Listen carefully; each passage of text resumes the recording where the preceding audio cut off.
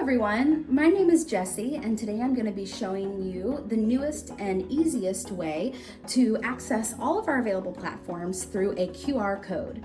This QR code is the latest edition here at the Bridge, and you'll see a flyer there available for you in the pews where you sit.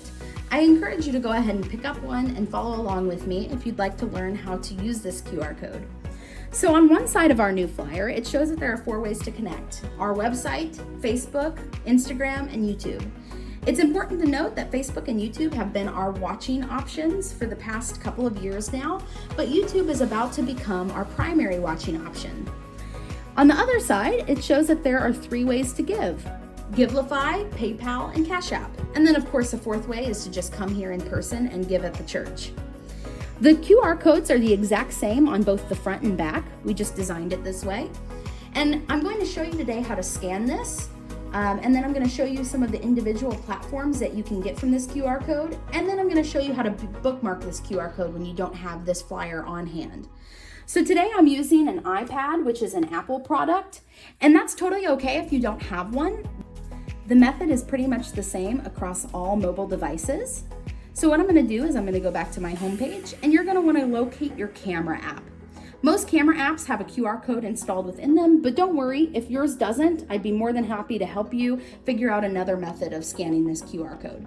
Now you'll see something on my screen is popping up when I have the QR code underneath my camera. That is the QR code's link, which it's going to take me to the website you want. You're going to click on whatever that button looks like for you, and it's going to take you to this page, which we were already on, so I'm going to delete the extra tab. Now, here on this web page, it shows our 7 platforms we're associated with: our website, our Facebook, our YouTube, our Cash App, our Givelify, PayPal, and our Instagram. Instagram and Facebook are great ways to stay connected, and when you open those up, it takes you to our home pages for both of those. If you have the app version, it would take you to the app, but for me, like for instance with Facebook, I don't have the app on my iPad, and that's totally okay if you don't.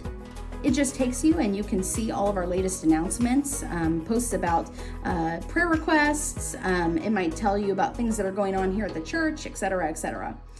On the Bridge Ministries homepage, that is our website. And our website actually has a lot more nowadays. It has a calendar, it has online services, it has ways to contact us, information about our youth group, our children's ministry, information about our leaders and what we believe.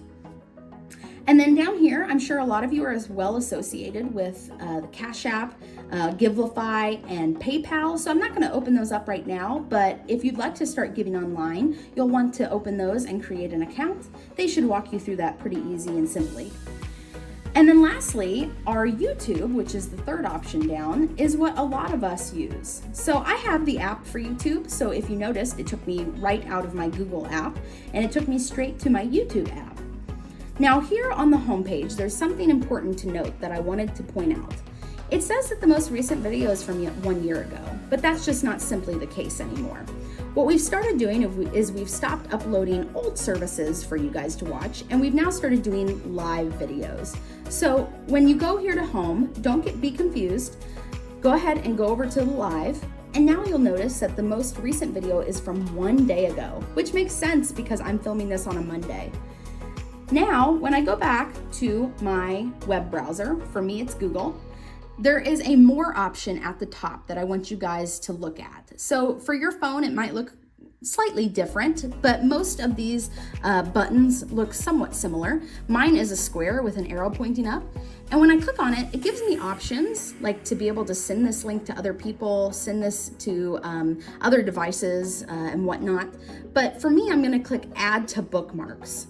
Now what this does is when you open up your web browser, whatever app you're using, you'll notice that there is normally a bookmark option.